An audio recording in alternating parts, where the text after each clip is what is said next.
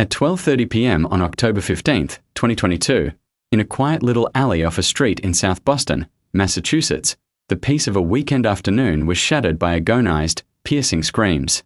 The handsome three-story brownstone, a symbol of the stable and happy life of the three-generation O'Malley family, suddenly became the epicenter of a horrifying tragedy. The raw, desperate cries of Megan O'Malley, the family's daughter-in-law, echoed through the alley, jolting neighbors from their afternoon rest. She cried for help, begging for someone to save her children. People rushed over in alarm, and the scene that greeted them was an unbelievable nightmare. In the middle of the living room, 3 small children, 10-year-old Aiden, 8-year-old Fiona, and little Declan, who had just turned 6, lay motionless on the cold tile floor. White foam frothed at their mouths, their faces were turning a dusky purple, and their bodies gave a few slight convulsions before growing still. Right beside them, Patrick O'Malley, known as Paddy, their gentle grandfather, a retired woodcarver respected throughout the neighborhood, was in a similar state. He was curled up, his breathing shallow and labored, his eyes rolled back in his head. On the wooden table in the center of the room, a hearty lunch, just served, was still steaming. A pot roast surrounded by carrots and potatoes filled the air with a rich aroma, next to a platter of bright green beans and a basket of warm dinner rolls. But now, all these familiar, comforting dishes had taken on a gruesome, haunting quality, as if they carried the stench of death. Megan, the only adult still conscious, was kneeling amidst her 3 children, her hands fumbling in a desperate, hopeless attempt at first aid. She wailed, unconsciously crying out each of their names. Her sobs mingled with the panicked shouts of neighbors, the calls for help, and the frantic pounding of feet in the alley. In a flash, the home that had symbolized the warmth of a model family had transformed into the scene of an inexplicable catastrophe. A series of frantic 911 calls were made. People, trembling, followed the dispatcher's first aid instructions over the phone, all the while wondering in horror if this was just a tragic case of food poisoning, or if there was a dark, sinister plot hidden behind the seemingly ordinary family lunch that no one could have ever imagined. Less than 15 minutes later, the wail of ambulance and police sirens tore through the quiet alley. Boston police officers and paramedics were the first to arrive, quickly followed by tactical units from the BPD Homicide Division. The hurried footsteps and the crackle of police radios intensified the already chaotic atmosphere of grief, making it thick with tension. Directly commanding the crime scene investigation was Detective Sergeant Michael Donovan, a seasoned investigator renowned for his meticulousness and a cool head in the most complex cases. As he stepped into the house, the first thing he sensed was not the smell of food, but a cloying atmosphere of death. He scanned the house, his gaze sharp and focused. A crime scene allowed no room for error. Every detail could be a whisper of the truth. Sergeant Donovan commanded over his radio to secure the entire house and the alley out front, allowing no one without authorization to get in or out. The crime scene unit began their work by the book. The 3-story house was immediately cordoned off. Curious residents crowded the end of the alley but were kept at a safe distance by a police line, leaving only the grim-faced uniformed and plainclothes officers to move in and out. Inside, the medical team was urgently loading the 4 victims onto stretchers for transport to the hospital, clinging to a fragile hope. Megan, in her state of shock, was also escorted by a female officer into an ambulance to accompany her family and to provide an initial statement. Once the scene was cleared of all but law enforcement, the forensic examination truly began. The half-eaten lunch became the focal point of the investigation. Crime scene technicians in protective suits and gloves began their methodical work. They took wide-angle and close-up photographs of every piece of evidence on the dining table, the positions of the plates, the silverware, the drinking glasses. Every food sample from pieces of pot roast and green beans to the leftover dinner rolls and even the remaining crumbs on the table was carefully collected into separate, sealed vials and bags, each labeled with an evidence number and its precise location. The pot of roast beef, the main dish, received special attention. The entire pot was sealed to be taken back to the lab. The examination expanded to the entire kitchen. Every spice jar, from the salt and pepper shakers to the least used seasonings, was checked and sampled. The kitchen trash can, containing food scraps and packaging from the meal, was also sealed for analysis. The investigators left no stone unturned. And then, under the kitchen sink, a discovery made everyone freeze. A small, nearly empty bottle of powdered pesticide. The bottle was placed neatly, with no signs of being spilled or leaked. It sat there silently, a macabre suggestion. While the crime scene team worked, another team of detectives conducted a search of the entire house. A crucial detail was noted. There were no signs of forced entry on any doors or windows. Nothing in the house was disturbed. There were no signs of a struggle or resistance. Everything was neat and tidy in an almost serene way. This tragedy, it seemed, had unfolded within the familiar peace of a family meal. The officers worked, exchanging quick updates over their radios. The theory of a stranger breaking in to poison the family was almost entirely dismissed. An officer noted that if there had been an intruder, there would be some kind of trace, but at the scene, everything was too normal. From this initial data, a natural theory formed in the investigators' minds. This could very well be a heartbreaking case of accidental food poisoning. Perhaps, during the cooking process, an adult had mistakenly used the pesticide instead of a spice. Or it was possible one of the three active, curious children had unintentionally caused the tragedy for the whole family. The crime scene seemed to be speaking, but its voice was still faint and ambiguous. All initial signs pointed to a tragic accident. But experienced investigators like Sergeant Donovan knew that a crime scene always has a surface layer. And sometimes, it is the appearance of being too simple, too logical, that is the most suspicious thing of all. He ordered an officer to check the purchase records of all nearby hardware stores and garden supply centers to see if anyone from this family had recently bought a similar type of pesticide. The order was given, and the investigation began to move in its initial directions. But for now, everything was just a vague theory, waiting for scientific results and witness statements to be brought to light. As the ambulances sped away from the scene, carrying lives that were hanging by a thread, a tense atmosphere once again enveloped the small alley. At Massachusetts General Hospital, doctors and nurses threw all their efforts into a race against death to save the victims, but there was no miracle. Due to the massive dose and the rapid action of the poison, all three children, Aiden, Fiona, and Declan, succumbed one by one, their hearts stopping after several hours of emergency treatment, despite every effort by the medical team. Only Patrick O'Malley, thanks to his adult constitution and likely having eaten less, was fortunate enough to survive after undergoing gastric lavage, dialysis, and receiving specific antidotes in time. The grim news from the hospital struck the family like a series of hammer blows. Sean O'Malley, the husband and father, was on a business trip in upstate New York at the time. When he received the call from a neighbor, he dropped everything and took the first flight home. But by the time he arrived in Boston in the early hours of the morning, all that awaited him were the cold bodies of his three young children in the hospital morgue. He collapsed in the hallway, his choked sobs filled with a soul-shattering anguish. In just a few hours, his family, a family that was once his pride and his motivation, had been utterly destroyed. Amidst the tragedy, Megan O'Malley, the mother and wife, seemed to have lost all ability to stand. She sat slumped in a corner of the waiting room, trembling, her mouth only repeating the same words between sobs, pleading for someone to save her babies. When investigators tried to take her initial statement at the hospital, all efforts were futile. She was lost in a state of extreme shock, her eyes vacant, her mind paralyzed. The detectives' questions were met only with tears and nonsensical phrases. For Megan, at that moment, the world had completely collapsed. There was only one witness left who could provide crucial information for the investigation: Patrick O'Malley, the grandfather, the sole survivor of the fateful lunch. After he was stabilized, though his body was still incredibly weak and his spirit crushed by the loss of his three grandchildren, he managed to recount what had happened to the detectives waiting by his bedside. His voice was weak and trembling, his eyes blurred with tears. He recalled that Megan had cooked lunch like she always did that afternoon, and everything was normal. He was sitting in the living room watching TV. When it was time to eat, she brought the food out. He remembered they had pot roast, which was Aiden's favorite. He paused, trying to suppress a sob. He said that when he started eating, he noticed a strange, sharp, and unpleasant taste. But he figured his daughter-in-law might have bought a new kind of spice or maybe just used a bit too much time, so he did not pay it much mind. He had only had a few bites when he heard the kids complaining of stomach aches. Then they clutched their stomachs and collapsed on the floor.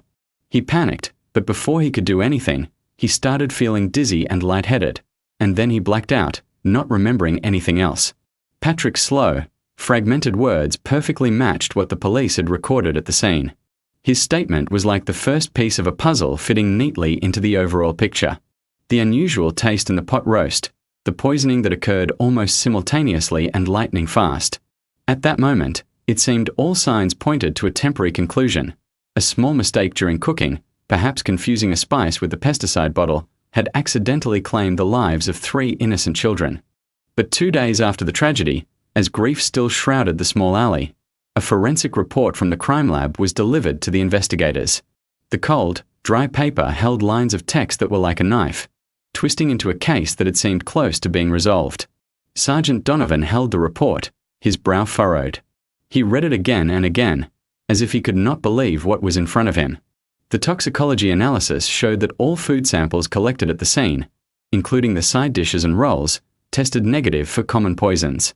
However, the sample from the pot roast and the gastric fluid samples from all 4 victims tested positive for tetramethrin, an extremely toxic chemical found in some new generation rat poisons. It is colorless, odorless, tasteless, and completely soluble in water. But the detail that sent a chill through the entire investigative team was what came next. The quantitative analysis report specified that the concentration of the poison in the bodies of the 3 young victims was many times higher than the lethal dose and was distributed evenly. This indicated that the poison had been intentionally dissolved and mixed into the food, not the result of a random accident. Conversely, in the body of Patrick O'Malley, the concentration of the poison was only at a level that would cause severe poisoning enough to induce convulsions and unconsciousness, but not enough to cause immediate death. Sergeant Donovan looked up, his eyes sharp, and tapped his finger on the table. He reasoned that if this was an accident, the poison could not have been mixed so evenly. And there was no way an adult would only get a low dose while 3 children received a perfectly lethal amount that left no chance of survival. He concluded that it was calculated. The other detectives in the room fell silent. They all understood that a new door was opening, and it led to a completely different truth. The scene of the tragic lunch was no longer an accident. It was quite possibly a sophisticated, staged drama. Someone inside that house had carefully calculated and administered the poison with a precise dosage, enough to kill the 3 children but allow the only other adult present to survive. It was a cold and horrifying arrangement. Sergeant Donovan sighed, his voice low but firm. He declared that this was no longer a case of accidental poisoning, but a homicide. He believed the killer deliberately created a false scene to deceive them all. He officially requested to open a homicide investigation and stated that from that point on, every detail and every statement must be viewed through the lens of a premeditated crime. In that moment, the air in the investigation room grew so heavy you could hear a pin drop. The case officially shifted from accidental death to murder. And from that point on, a fierce and painful battle of wits began. With the forensic results exposing the cold truth, the case was officially reclassified as a homicide. A special task force, personally led by Sergeant Donovan, was immediately formed. All theories of an accident were discarded. From now on, every detail, every statement, had to be scrutinized as part of a deliberate murder plot. In the briefing room at the Boston Police Department, the atmosphere was urgent. On a large whiteboard, Sergeant Donovan had drawn a detailed mind map. At the center was the lunch of death. Branching out were the victims, the evidence, and the lines of inquiry. Donovan began, his voice low and decisive. He informed everyone that the forensics had given them 3 key points. 1. This was a homicide. 2. The murder weapon was tetramethrin, introduced into the pot roast. 3. The dosage was calculated to ensure the 3 children would die, while the only adult present, Patrick O'Malley, would only be poisoned to a non-lethal level. From these 3 points, he made a preliminary assessment. The killer was someone present in the house, who understood the family's eating habits, and who deliberately created a false scene with a survivor to reinforce the accidental poisoning scenario. He circled 2 names on the board, Megan O'Malley and Patrick O'Malley. He stated that the killer was almost certainly one of these 2, or possibly both of them. Megan was the one who cooked the meal, giving her the easiest opportunity to poison the food. Patrick was the sole survivor, and the dose of poison in his system was suspiciously low. Their job now was to tear apart the lives, relationships, and hidden conflicts of these 2 subjects. He divided them into 3 teams. Team 1 would focus on investigating everything related to Megan O'Malley. Team 2 would do the same for Patrick O'Malley. Team 3 would trace the origin of the pesticide bottle and the tetramethrin. All teams would work independently but share information constantly. The investigation plunged into the depths of the family's life, a family that had been considered a model in the neighborhood. Everyone thought it was a peaceful home, a kind, respectable grandfather, a happy young couple, 3 well-behaved children. But as detectives began to subtly gather information, dark patches unexpectedly began to appear. A close family friend recounted that they looked peaceful on the outside, but she lived nearby and knew Patrick was a very patriarchal and strict man. He often complained about how his daughter-in-law was raising the kids, saying she was too modern and not following the family's ways. She had often heard him raising his voice at her over household expenses. Another whispered about a rumor that Megan was having an affair, but no one was sure. They noted that she seemed sad lately, always on her phone by herself. These rumors, though unverified, painted a very different picture of the model family. Behind the facade of happiness, there were perhaps hidden fractures that only those inside could truly feel. The task force immediately analyzed these conflicts, the father-in-law versus daughter-in-law dynamic, and especially the suspicion of adultery. If the rumor was true, it could be the trigger for a much larger tragedy. The team investigating Megan O'Malley made the first breakthrough. They extracted the data from her cell phone. At first, nothing seemed unusual. But when the cybercrime unit used advanced methods to recover deleted data, a secret was exposed. A series of affectionate text messages and calls with an unknown number were restored. The language in the messages went far beyond a normal friendship, revealing a romantic affair that had been going on for over 6 months. The other man was a former colleague of Megan's who had since moved to Chicago. This data was quickly placed on Sergeant Donovan's desk. With this relationship, Megan O'Malley's motive became crystal clear. One detective analyzed that she wanted to escape her family, the responsibilities of being a wife, mother, and daughter-in-law, to be free to be with her lover. The 3 children and her father-in-law were the biggest obstacles. This line of reasoning, though inhuman, was entirely logical from an investigative standpoint. The person who cooked the meal, who had the easiest opportunity to poison it, who was in conflict with her father-in-law, who was having an affair, who had a motive for escape, all the evidence was pointing directly at Megan. In the eyes of the police, she had officially become the #1 suspect. Meanwhile, the team investigating Patrick O'Malley came up with almost nothing. His background was clean. He was a respected artisan with no known conflicts. His social life was wholesome, and his finances were stable with a pension and savings. There appeared to be no motive whatsoever for him to harm his own grandchildren. The circle of suspicion around Patrick seemed to be closing. The third team, tracing the poison, also hit a wall. Tetramethrin is a restricted-use chemical, not available in retail pesticides in the US due to its high toxicity. It only appears in some smuggled products or is used in specific industrial processes. Finding who sold this poison was like finding a needle in a haystack. Thus, after the initial phase of the investigation, all of the task force's attention was focused on the young mother. A plan for a formal, decisive interrogation of Megan O'Malley was prepared. While all investigative arrows pointed toward the young mother, Megan O'Malley, Sergeant Donovan still felt that something was off. It was a nagging feeling that his years of experience told him he could not ignore. With over 2 decades in homicide, he knew that the more straightforward and simple a case appeared, the more likely it was to hide complex secrets. What bothered him most was the pesticide bottle found under the kitchen sink. It was placed there too obviously, almost too easy to find, as if it were a deliberate clue left by the killer. How could someone who could calculate a poison dosage with such precision be so careless as to leave a crucial piece of evidence in plain sight? Sergeant Donovan decided to go against the current of his own task force's thinking.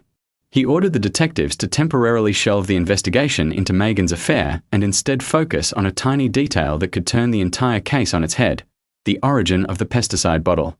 Detectives were ordered to re-canvass all hardware stores, garden centers, and general stores within a 3-mile radius of the victim's home.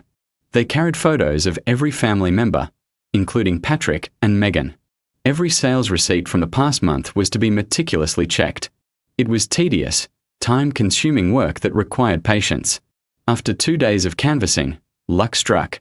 The elderly owner of a small hardware store just 2 streets away from the O'Malley house squinted at Patrick O'Malley's photo and nodded firmly. She confirmed it was him. About a week or so ago, on a weekday afternoon, he had come in and bought that exact bottle of pesticide. He said he was having a big problem with rats getting into his workshop and wanted something to get rid of them. She remembered it clearly because he seemed very calm and asked a lot of questions about how to use it, the dosage, and how toxic it was. He even told her to pick out the strongest one she had. The shop owner's testimony was like a thunderclap to the investigators. If Megan O'Malley was truly the killer and had planned this in advance, why would she have her father-in-law by the murder weapon? And why would a careful, principled man like Patrick happen to buy the exact type of poison used in the crime just before the tragedy, and then claim to know nothing about it? This could not be a coincidence. Once again, the circle of suspicion took a sharp 180-degree turn. From the young mother bearing the weight of all blame and suspicion, the focus now shifted directly to the man who seemed the most pitiable victim in the case, the sole survivor. A new, more insane, and diabolical theory began to form in Sergeant Donovan's mind. He immediately ordered the cybercrime unit to do something they had previously overlooked: examine and recover data from the old desktop computer in Patrick O'Malley's home office. The computer was used by the whole family. The experts began their work. The normal browser history showed nothing unusual, mostly news, gardening websites, and woodworking forums. But when they used specialized software to recover deleted search queries, a shocking secret was unveiled. Within the last 2 months, from the family's IP address, there had been a series of searches for extremely sensitive keywords, all conducted very late at night, between 11 p.m. and 1 a.m. The keywords included phrases like strongest colorless odorless poison, where to buy tetramethrin, how to do a paternity test at home, secret father-son DNA testing service, and most painfully, what to do if DNA test shows not related. These search queries were a detailed mind map, exposing the killer's entire plan and motive. Clearly, someone in the family had suspected the children's parentage, had sought a secret DNA test, and after receiving an undesirable result, began looking for the tools to carry out a monstrous revenge. And the person most likely to be conducting these searches late at night could only be Patrick O'Malley. To further solidify this theory, another team of detectives was sent to canvass DNA testing labs in Boston and neighboring states. They focused on cases of anonymous testing or samples sent by mail.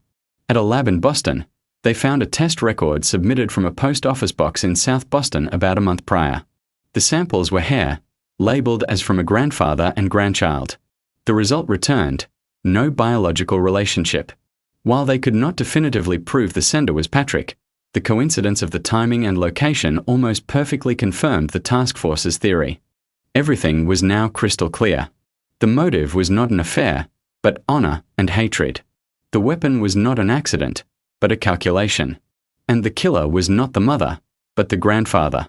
With all the key evidence collected and analyzed, the investigative focus officially swung 180 degrees. From the young mother who had borne all the blame, the circle of suspicion now tightened around the grandfather, the man who seemed the most tragic figure in the catastrophe. Sergeant Donovan knew it was time for the final confrontation, a tense battle of wits to strip away the killer's perfect disguise. Patrick O'Malley was summoned for a third interview. That afternoon at the police headquarters, the interrogation room was bathed in a pale yellow light, so quiet you could hear the tap of a pen on a wooden table. The door opened, and Patrick walked in, looking weary, his shoulders heavy.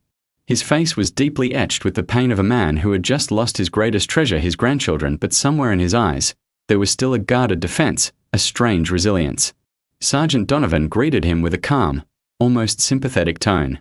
He asked Patrick to have a seat and again expressed his deepest condolences for the immense loss his family had suffered. But he said there were a few final details they needed his cooperation on to close the case. Patrick nodded, letting out a heavy sigh. He told the detective to ask whatever he needed, stating he had nothing left to hide and just hoped they would find the person who hurt his grandkids soon. The detective slowly opened the file, but his first question had nothing to do with the case. He asked Patrick if he was still having a problem with rats at the house. The unexpected question made Patrick pause. He questioned the relevance, stating that every house in the neighborhood had rats. The detective said it was just curiosity, then suddenly threw out the real question, asking if Patrick had used all of the rat poison he bought at the hardware store last week. For a split second, Patrick's face froze. He blinked, but his eyes stayed closed a moment too long. His hand, resting on his lap, trembled slightly. But he quickly tried to regain his composure, his voice a bit hoarse. He denied buying any rat poison, claiming the detective must have him mistaken for someone else and blaming his old memory. The air in the room suddenly grew thick. Sergeant Donovan calmly took out a photograph, a still frame from the store's security camera. The image clearly showed Patrick standing at the counter, holding the bottle of poison, talking to the owner. Sergeant Donovan asked if it was him in the photo. His eyes were like a scalpel, staring directly at the man opposite him. Patrick looked at the photo, sweat beginning to bead on his forehead. He fell silent, his lips moving but no words coming out. The photograph had completely shattered his lie. The detective did not miss the opportunity, pressing on with another psychological blow. He pointed out that the forensic report showed the dose of poison in Patrick's system was just enough to make him sick, while the concentration in his grandchildren's bodies was many times higher, enough that they had zero chance of survival. He asked if, as a veteran, Patrick was familiar with the difference a dosage can make. The question hung in the thick silence. Patrick began to tremble, sweat soaking the collar of his shirt. The image of the grieving, pitiable grandfather suddenly cracked. His hands clenched and unclenched unconsciously. His eyes welled up, but he remained determined not to confess. Sergeant Donovan decided to play his final ace, the most powerful weapon in his arsenal. He signaled to the tech team. The large screen in the interrogation room lit up. On it was the internet search history recovered from his home computer. Line by line, the words appeared, crystal clear. How to determine paternity at home. Secret father-son DNA testing service. Where to buy tetramethrin poison. Lethal dose of tetramethrin for children. What to do if DNA test shows not related. With every line that appeared, Patrick's face grew paler. When the last query showed up, he looked as if he could not breathe. His entire plan, all of his darkest thoughts, were laid bare for all to see. Sergeant Donovan changed tactics. Instead of pressing, he lowered his voice, speaking softly but with immense weight. He reasoned that an ordinary person could make a mistake, but a dosage this precise and searches this deliberate could only be intentional. And only Patrick, the one who did the research, who bought the poison, and who was the sole survivor, could have executed such a perfect plan. He asked if Patrick had anything left to say.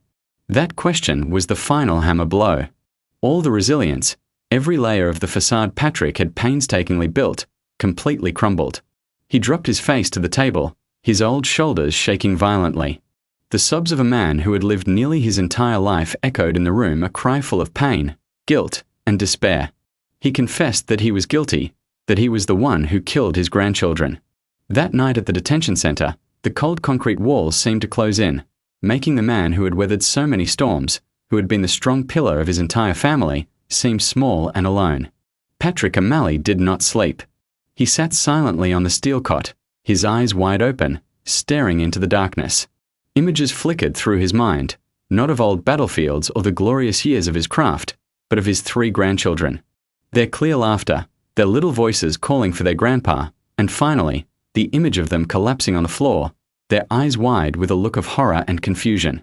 The cries and screams he had tried to bury for days now returned as tormenting nightmares, causing him to bolt upright in the middle of the night, drenched in a cold sweat. The guards later reported that Patrick did not sleep a wink. He paced back and forth in his cell, muttering fragmented sentences, sometimes screaming, sometimes falling silent as if turned to stone. A man in his twilight years had finally collapsed under the weight of his own monstrous guilt.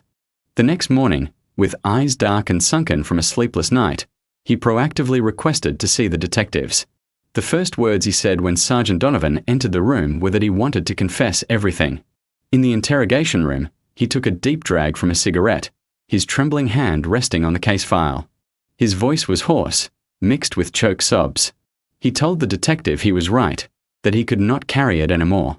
He confessed to poisoning them, to killing his own grandchildren. The room fell silent. Patrick began to recount his story, each word like a knife twisting in the hearts of those who listened. It all began with a lingering suspicion, a poisonous snake that had been gnawing at his mind for months. He said he was the patriarch of the family, and to him, nothing was more important than the honor and the bloodline of the O'Malley name. But the older the children got, the less they looked like anyone in the family. His son, Sean, had a square jaw and thick eyebrows, but the children all had different eyes and fairer skin. He started to watch. He saw his daughter-in-law, Megan, changing. She was always glued to her phone, smiling and talking to herself. Once, he even saw her taking a hushed phone call in the backyard, quickly hanging up when she saw him coming. Driven by the obsession of a man who valued family honor above life itself, he secretly planned to get a DNA test. He surreptitiously collected a hair sample from little Declan from a hairbrush and took one of his own fingernail clippings. He then drove to a private lab and submitted the samples for an anonymous test. He continued, saying he waited 2 weeks for the results, and those 2 weeks were hell. He kept hoping he was wrong, that it was just an old man's paranoia, but he also prepared for the worst. And then the cold, hard results came back. 99.99% not a biological match. Patrick's voice trailed off. That piece of paper had turned his love into hatred. In his mind, at that moment, Megan was not just a traitor. She was a deceiver who had brought another man's blood into his house to shame the O'Malley name. He could not bear the humiliation. He thought he had to make her suffer more than death itself. He had to make her live to see the consequences of her lies. His monstrous revenge plan began to take shape. He went online and researched colorless, odorless poisons. He chose tetramethrin for its high toxicity and its ability to kill silently. He found a seller of unregulated chemicals online and bought a small vial. He then went to the hardware store and bought a regular bottle of rat poison to use as a decoy in case of an investigation. He confessed that he calculated everything very carefully. He knew the kids loved the pot roast their mother made. He waited for Megan to step outside to hang laundry. Then he snuck into the kitchen and put what he believed was a lethal dose of the powder into the pot. He also tasted a tiny bit of the gravy himself. Just a little. Enough to give him symptoms of poisoning. Enough for everyone to believe he was a victim too. He wanted all suspicion to fall on her, so she would have to live with the torment and guilt for the rest of her life.